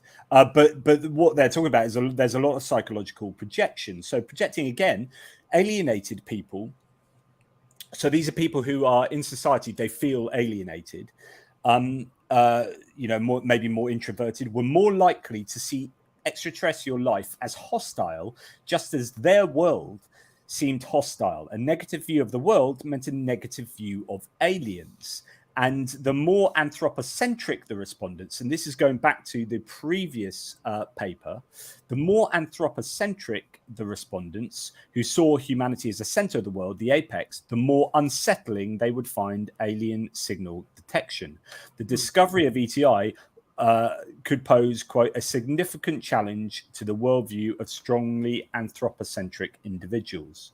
So there's a lot of cultural influence there, and this is all found in this paper. Very interesting paper as well, and how you react to aliens says an awful lot about your life and your beliefs, obviously. Yeah, and also just to put a little bit of story behind this as well. So, have you had a chance to read the original H.G. Wells novel War of the Worlds? No. I would recommend, obviously it's going to be a product of its time, but one of the things that Wells was actually doing in his novel was to treat the aliens as the equivalent as the European, or especially the British colonizers. Right. And here are the colonizers coming to Earth, and we're the colonized. And we're the ones basically under the boot of the colonizers, kind of reversing the roles of what he was seeing going on in the world. So it's like, oh, you like late stage capitalism? Well, here's when the boot's on the other foot. That sort of view is what he was trying to project out there. So if this is your view of like how power works, well, then this is how you might see the power dynamic exist if then ET comes and they're just like us. And if they're just like us, we're in deep doo-doo. Well, you've just reminded me of the closing sentences I wrote to a chapter I've just finished for this book, The Politics of Power, Human Reaction. And I wrote, after all, we own a history of invaders and the invaded, conquerors and the conquered, colonizers and colonials. Invariably, there will be a huge denting to our global pride. No one likes to be knocked off the #1 apex species spot. And that's after I've talked a load about subjugation and how you deal with that and appeasement, and whether if we had aliens coming down here were at such an advanced technology than us, there's that power imbalance. Would we go through just a sense, as the Aztecs did, that you can't, there's a sense of appeasement that's going to take place and subjugation eventually. Although, would like the Europeans suffered from long supply routes and, different environment and struggled with that, would aliens also have those kind of challenges that could level the playing field a little bit? But, all these things were worth. Yeah, depending on what the aliens want. If they want to come and say hi, then, things would be great. If their mission is to destroy us, they could easily do it. We wouldn't even see it coming. All they have to do is just send one multi-kilogram mass at relativistic speeds and hit the Earth, and it'll have more energy than all of our atomic weapons. It's relatively easy if they want to completely annihilate us, and we would never even know it happened. Absolutely. You carry on talking a little bit. I've just got to get rid of some live chats that are going a bit. All right. So one of the other thoughts I've been having, and I've been including in my own chapter works as well, is the various proposals to why we haven't seen the aliens if they're, populating the galaxy. Earlier we mentioned the zoo hypothesis, that they're out there, but they're not contacting us because we're in a nature preserve. And one of the issues I realized with that, one that has been called like the policing problem, how do you actually get these various civilizations out there to agree to, like, not interfere in other worlds and have a prime directive of some sort. How hard was it to get the USA and the USSR to agree not to interfere in other countries? Well, if you know your Cold War history, that didn't work so well. Any excuse was found to interfere in that place. So if you do this at galactic proportions, well, don't expect much. But also something that I'm going to call the teenager problem, that you don't have to just worry about policing across civilizations, but internally with those billions of citizens, including those rowdy teenagers that basically will break the law simply to break it. So if there is some, every so often you hear about somebody at the zoo who jumps into the lion's den because, they want to show that they're tough, or they're drunk, or they think they're going to, have some sort of religious experience. They'll have an experience, but it's not exactly divine per se. And I mean, this is people jumping the fence. If we have the galaxy populated with billions and billions of people, some of them, just out of sheer spite, are probably going to, quote unquote, jump the fence and join our world just to, like, mess with us. And the fact that we haven't seen those rowdy alien teenagers makes it hard to believe that the zoo hypothesis is a good explanation. Yeah, interesting. That might segue on to this Daniel Moore question, which is, what are your thoughts about a multiverse and aliens coming between dimensions? We sort of talked about that a little bit earlier on. I don't know if Daniel was at the beginning. There was a slip. You were talking about travel, slip travel, or whatever. Yeah. Well, there was slip travel, which was, I think, more an idea of how to get through our own universe at super luminous velocities, going faster than light, but literally jumping between universes. So this is kind of, in ways, a double speculation that, one, there is actually a multiverse, something that we don't know, and two, it's even possible to jump from one universe to the next. So it's a double step of speculation, neither of which is actually, well, the multiverse. I'm not going to say, the multiverse is a likely outcome of the simple forms of cosmic inflation. But since even cosmic inflation is not proven to the same extent like the Big Bang is, it'd be really hard to say that we have to go with this particular version of cosmic inflation and then a very particular form that also allows this sort of universe jumping. So it's not a premise I would hang our hat on about how aliens could visit us. Yeah, and thank you. And if you've got any super chats and any other questions, please get them in, because I don't know how much longer we'll be going on. And of course, all super chats are really gratefully received. There is, if you're not watching this live, also the thanks little mechanism now where you can financially contribute if you are able and willing, and it's obviously hugely appreciated because it does allow me to continue to do these videos. What other areas have you been really interested in as you've been sort of getting your teeth into starting to write this book? What other areas of exploration, so to speak, do you think there will be?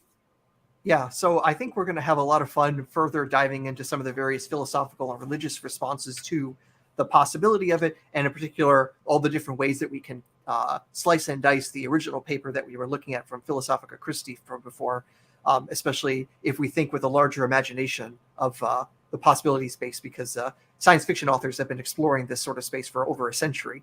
But I've been probably doing the most focus when it comes to the scientific search for ET and the reasons why we may not have found it. So one of the interesting ones that actually was proposed by an economist and has done some interesting modeling for it is the suggestion that actually the reason we haven't found ETI is because we're the first in our galaxy, at least. And that the idea of, like, there being these great filters that life has to get through to actually form, become intelligent, develop the technology to actually. Somebody's got to be first, right? Is this the idea? Somebody's got to be first, and you can't. Although it's incredibly unlikely, it's going to be someone. It's like winning the lottery. It's very unlikely that you are going to win the lottery yourself, but someone's got to win it. It depends how you assess the probabilities based on the reference sets that you use and so on and so forth. But we could be the lottery winner. We are the first, but it's not to say there won't be all sorts of other intelligent life forms out there, and so on and so forth. Yeah, and they might exist in other galaxies, but in some ways it's kind of an interesting question of actually what is preferable to humanity, that there are other civilizations in our galaxy or they're not. Because in the first case, then there's all sorts of new worlds that we can go and visit and cultures that we can explore.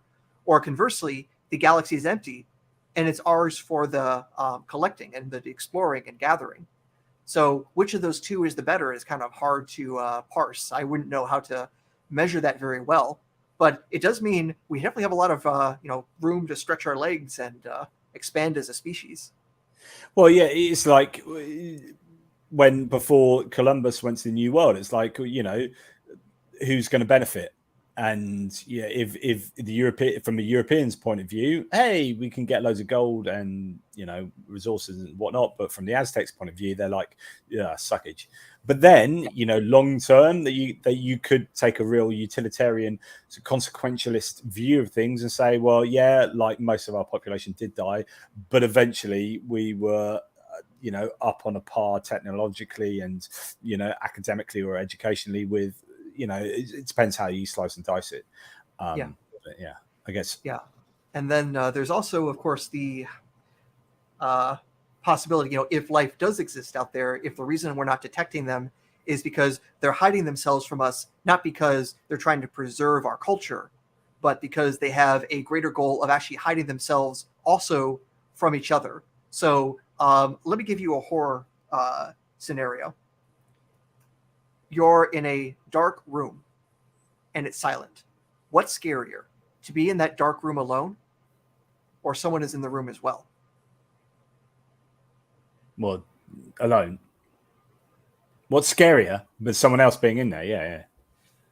Well, like they say, the room is dark, it's quiet, you don't hear anyone, but is someone there? Well, I hope not, because if they're being really but then it depends. Are they scared? Oh, yeah. Yeah. And so there's this interesting scenario that was explored, at least the place I've seen it explored the most has been in fiction. And it was given the label of The Dark Forest. It's the name of the novel that is based on. And the idea is basically this. It's kind of a bit of game theory.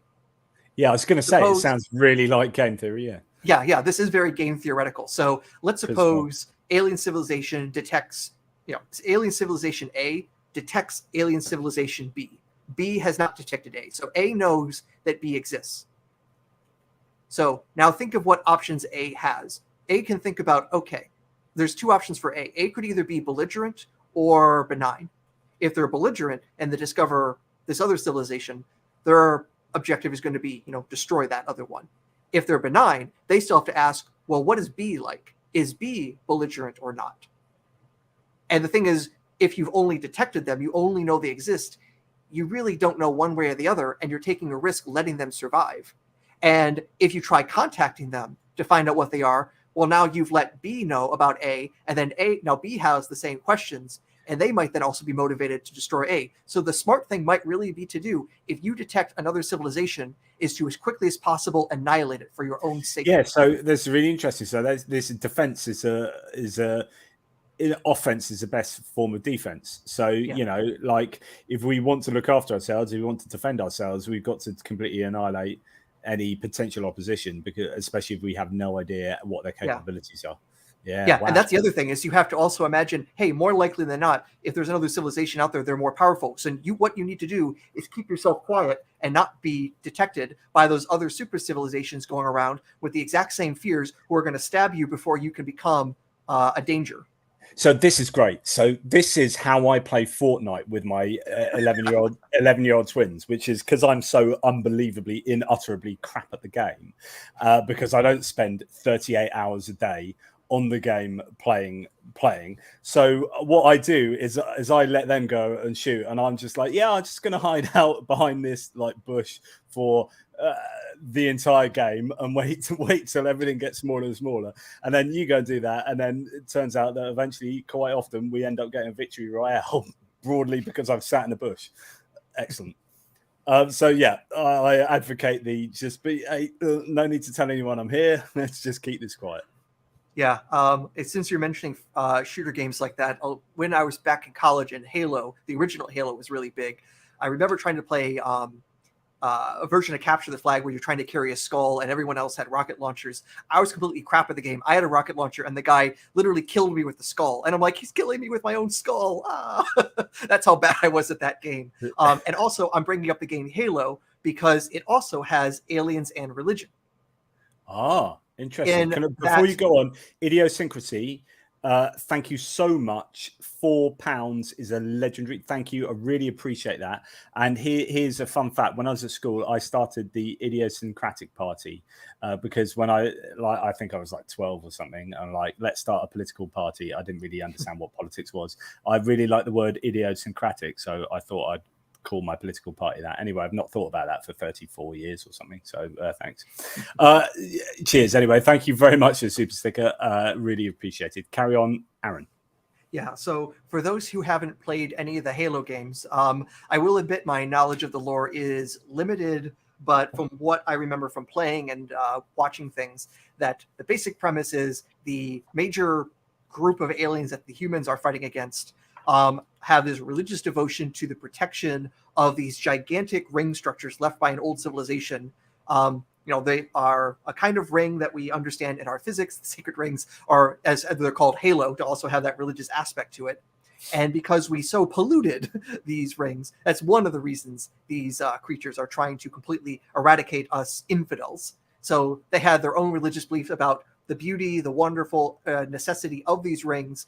But as we actually find out what these rings are really for, is to basically completely genocide worlds to prevent this other life form from spreading around the galaxy. So there are these giant, literal genocide machines being protected by this other group of religious cultists with a gigantic alien army.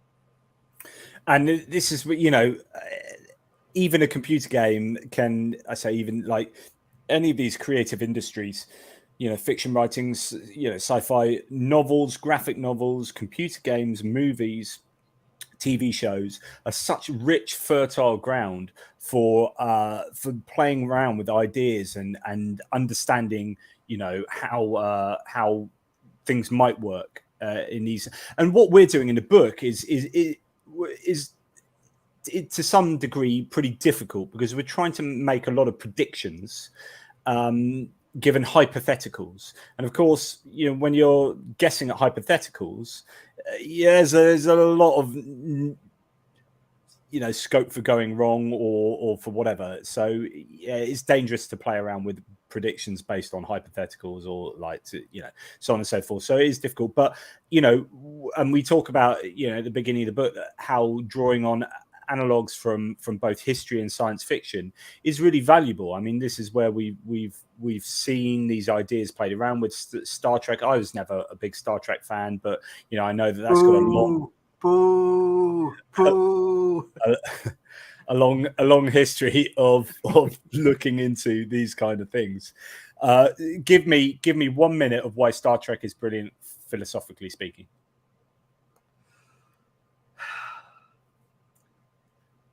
Okay, Star Wars is better. Thing. Sorry? Star Wars is better. Carry on.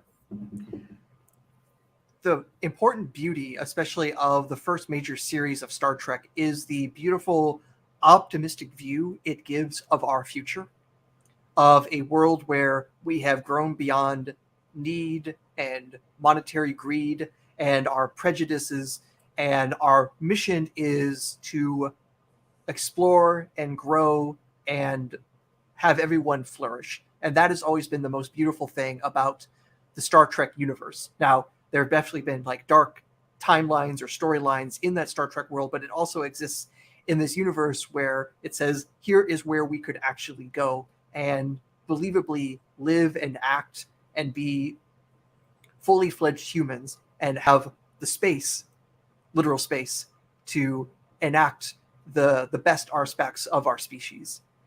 That I've always found to be one of the most attractive things about Star Trek. It can also feel at least a little bit more grounded than Star Wars, like with the mystical force and things like that, or stopping laser blasts with a sword. I mean, it's definitely still fun, but in terms of like what feels more intuitively possible, Star Trek has that advantage. In space, no one can hear you scream, apart from you can hear every single space battle that's ever happened in any sci-fi. There should be in silence, surely. Yes. Now, actually, in the reboot of Star Trek done by J.J. Abrams, there actually is a scene where like the airlock breaks and people shoot out, and then there's sudden silence because of, there's no air. And that was really effective film cinematography. So at least occasionally, a director will do something intelligent with that. I mean, yeah, more often than not, pew, pew, pew, that's what you'll hear. If you want, well, there are only a few films that probably really try to go out of their way to be scientifically accurate, like 2001: A Space Odyssey.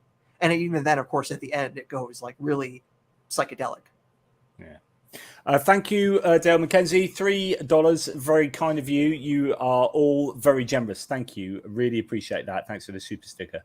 I was going to possibly share just one other thing as we're sort of drifting probably towards wrapping things up. Hit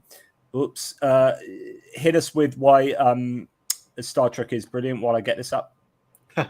Yeah. Now, it also is true that Star Trek will also try to rip off other properties in interesting ways. So I mentioned one video game earlier. Many people have pointed out season 1 of Star Trek Picard seems to lift a lot of its plot points from the video game series Mass Effect, which also has like these alien species that live beyond the galaxy, but then like every so often come and harvest. There's a similar thing going on in Picard where you basically have these android species living in another dimension, and when called upon will come and basically avenge the other androids and feast upon those fleshy life forms. There's a lot of other points as well that people pointed to and said, hey, there's at least inspiration. The most recent season of Star Trek Discovery also seems to be lifting a lot from the movie Arrival, where the aliens, well, arrive and we try to make, communication with them. So sometimes you can also watch Star Trek and say, hey, I also now watched Arrival and I didn't have to get off my couch. And there's so much material in Star Trek. There's almost certainly something you're going to find and enjoy. Personal preference, I think the best written Star Trek series is probably Deep Space Nine. It seems to have like the most complete, like overarching stories with a lot of action and really good characters. Like some of the best characters I think come from Deep Space Nine. That's not just my opinion; that is objective fact. Fair enough. I was trying to look in Jill Tarter's chapter about technology and how such advanced technology and advanced civilizations might be so different from ours. And I can't remember. I might have to save that for another video and make sure I'm just a little bit more prepared on that. I don't know if you have anything to say about, evolution of society, sociologically speaking, and how, alien societies might be completely different, have got over all the problems that we might be going towards, or have discovered a more universal religion as they've had, imagine a society, a civilization has had like an extra million years to exist, whether there's hope for us to, that we can sort out all our problems, or were you not saying that last time, actually, that if a much more advanced alien civilization did contact us, that would actually give us hope, and it would be a really positive thing. Do you want to speak a little bit to that again? Yeah, so I think in many ways, finding any sign of intelligent life in the universe should give us hope, because for us to have any plausible chance to detect them, they need to be long-lived, because the longer they live, the more likely we're going to actually detect them in the first place. If they're only around for 100 years, the chances that their signal will be pointing in the right direction for us to actually notice is very slim. So the longer lived they are and the more examples of them that exist, the more likely they'll be detected. So first off, detecting an alien civilization will suggest they can be long-lived, which also means, Ethan, TNG is absolutely a fantastic series, so long as you get past season 1. But that's also true for Deep Space Nine. But almost always the first season of Star Trek is. But anyways. Yeah. Sorry, I had to respond to that. I interrupted. No, it was a very good interruption.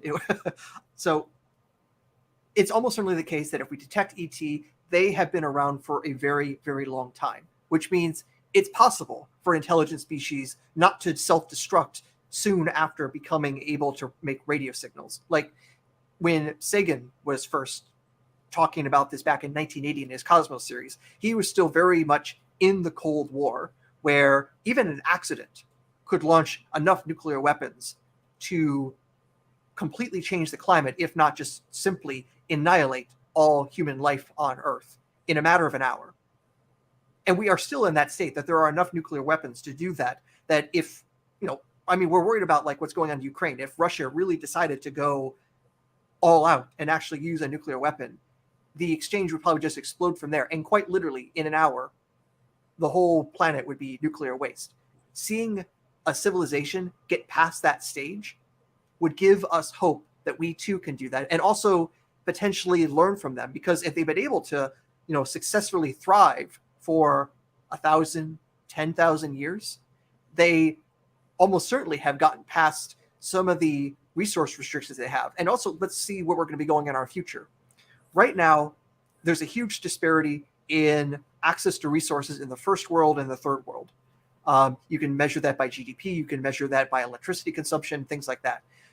A really super advanced civilization will have thousands, if not millions of times more energy at their disposal than us, which means that basically a refrigerator in their world, it would almost be impossible to be too poor to afford it.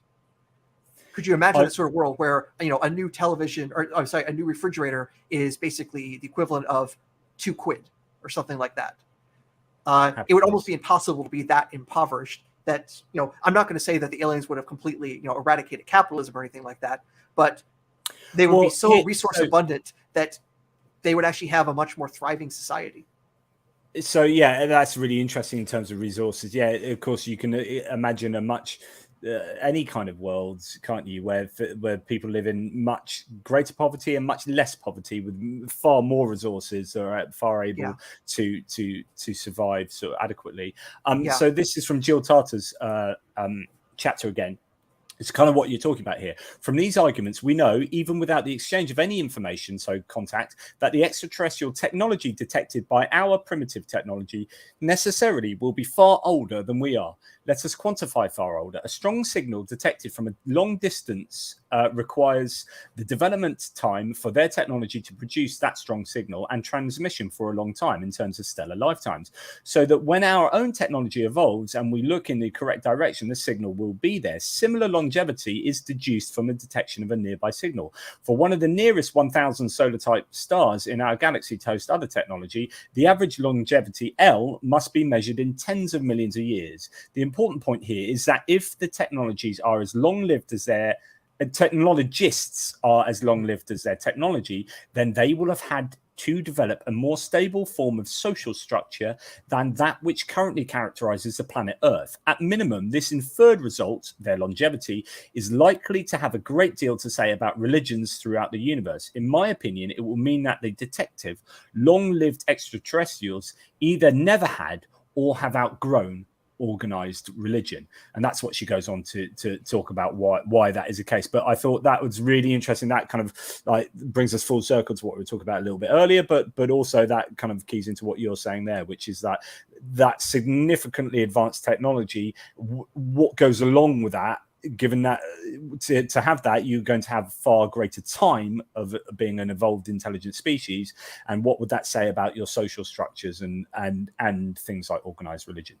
Yeah. And also, I would just imagine in such a society that, I mean, we talk about so much the class divide, or the difference in resources and riches between people, that you have people like Elon Musk worth over $100 billion and some people who live on less than $1 a day. If we were to exaggerate this further, so if anyone has seen the movie Elysium, where the super rich are literally living on a disk or on a ring world in orbit, and basically live in this place in luxury. They have these pods that cure all their diseases, including cancer cells. So they're living in pure, perfect luxury, and everyone on Earth is basically just a crap worker. Well, guess what's going to happen? Eventually, all those people on Earth are going to be called, what's the term? Really fucking pissed.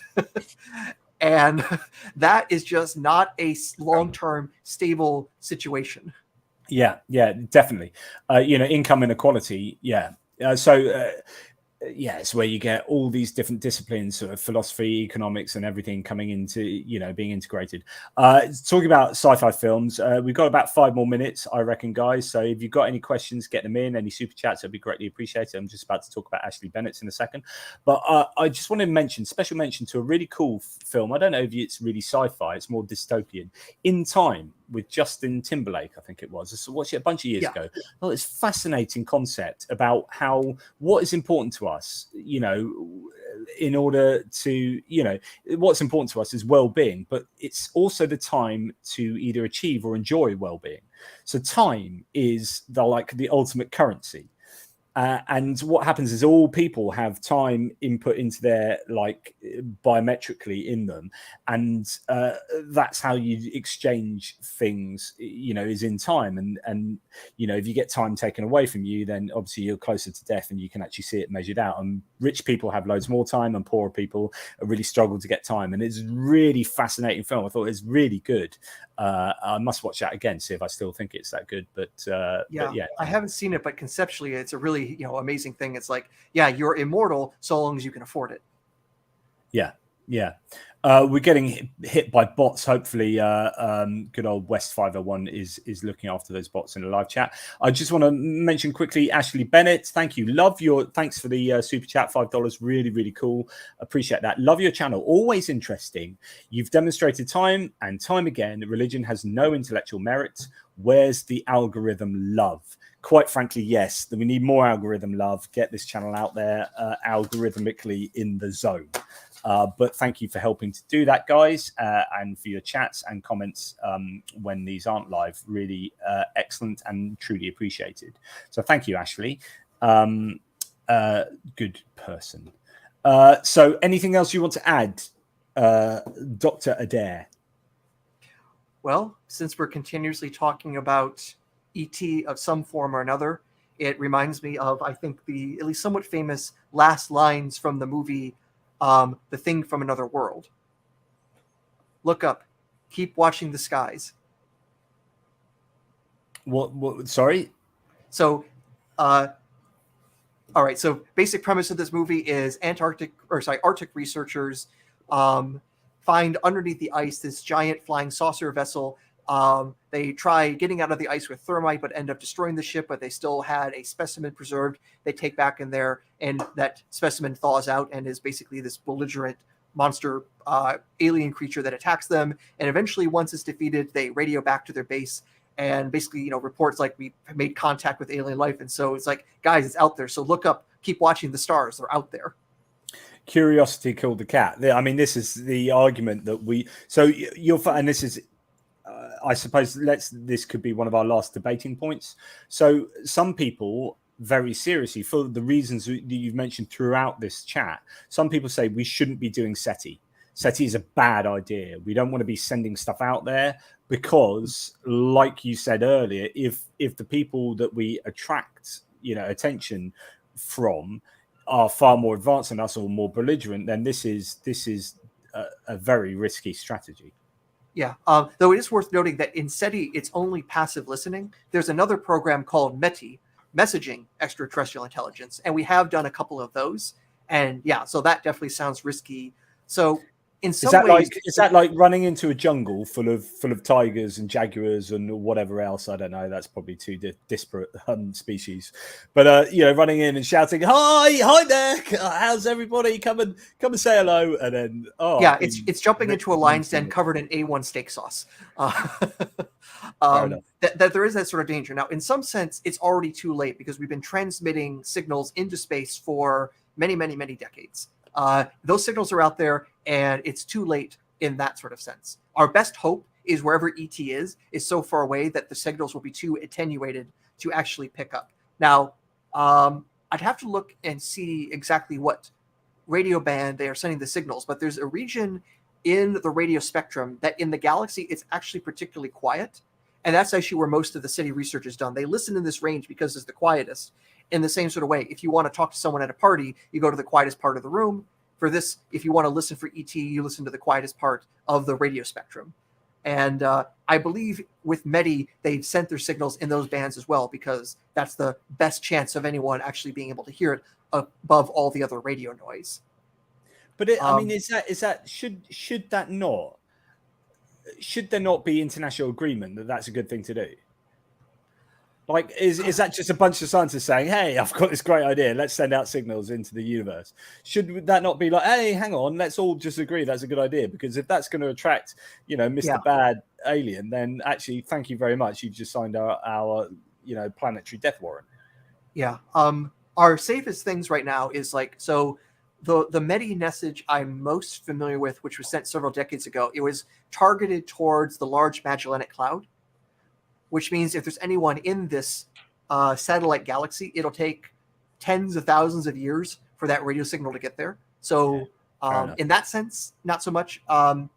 But on the other hand, if we're sending signals to Proxima Centauri and there's a station there listening, well, yeah, we definitely gave ourselves away. But I think the reason most countries have not really made any laws about this is because, most of them have other things to worry about. Yeah.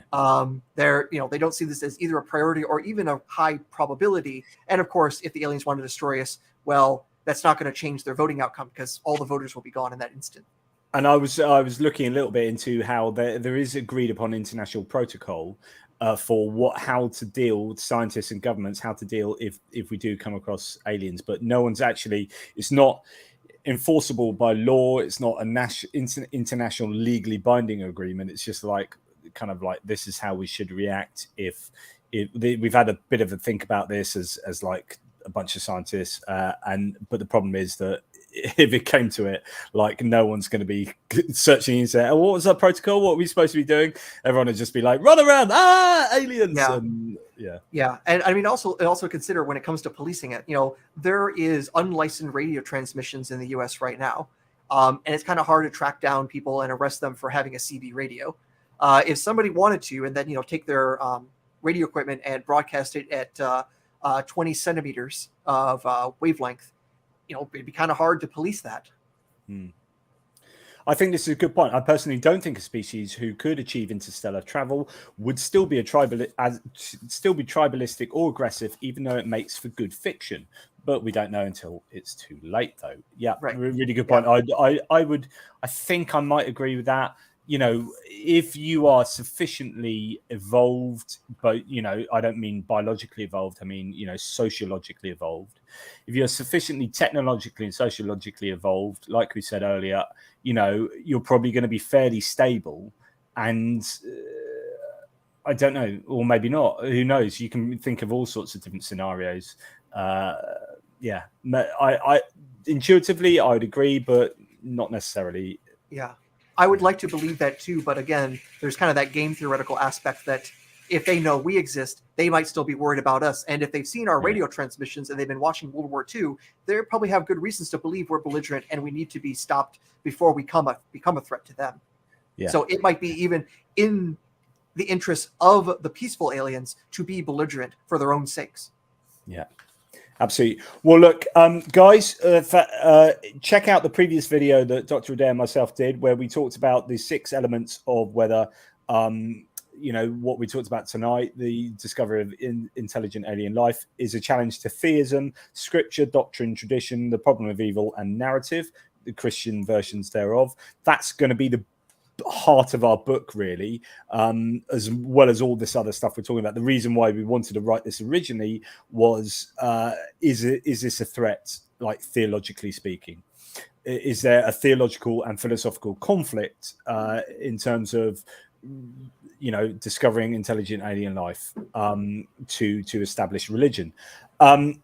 So please check out that video. Obviously, what we're doing now is, we've been writing bits and pieces, then we have a chat, and this maybe clarifies some ideas and gets us thinking about stuff. But there's so much to research, and there's way more content out there, way more astrobiological and astrotheological papers and books than one might think. It's and it's a growing set of disciplines as well by the looks of it. There's actually a bit of a joke in astrobiology that it's a science in search of a subject. And there's all this material for something that we don't even know exists yet. So you can only imagine if we wanted to study something like, I don't know, methane, all the papers that must exist just for that one chemical. Yeah, you've got to put that in the book, Aaron. I love that. That is not original to me. I remember one of my professors making that joke back when I was in college, like 20 years ago. So I ain't original. No, for sure. But yeah, that's good. But thank you everyone for listening.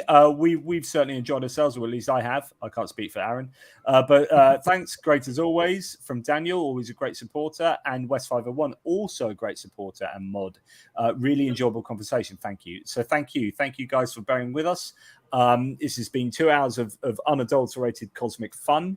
And hopefully has been a little bit intellectually stimulating, and probably something that most of you, I don't know, haven't thought about before in any great depth. And that's what we're here to do for you and with you.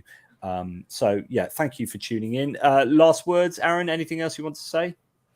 The best thing is, for the last 2 hours, the universe has expanded and there's even more to explore. So if anything you can take away, in these last 2 hours, you have now discovered even more things to discover yet. So, in fact, in the last 2 hours, there's billions of more intelligent life forms have suddenly popped into existence. Maybe, but we might have bored them to death. Who knows? Yeah, true. Okay, well, look, thank you, everyone. As I always say, question everything, particularly yourselves, but don't try not to question us, because, we know what we're talking about. I'm not sure that's true. And certainly for me anyway, you do. Please, if you do have the disposable income to be able to grab yourself a copy of this, or if you like the kind of, let's talk about space and the universe, I have also written a book called Did God Create the Universe from Nothing? Countering William Lane Craig's Kalam cosmological argument. So it's myself with the 4 contributions from Jeffrey J. Lauder, Dr. James Easton, counter apologist. That's a fantastic book. Love it. Dr. Richard Carrier said that's basically there are 2 go-to books on the KCA, on the Kalam, and he said that's one of them. So I'm indebted to him for that. And of course, Aaron, Dr. Adair has his The Star of Bethlehem, A Skeptical View. Please grab that as well. Thank you. Toodle pips. Please share, subscribe, like, and all that kind of stuff. And until next time, goodbye.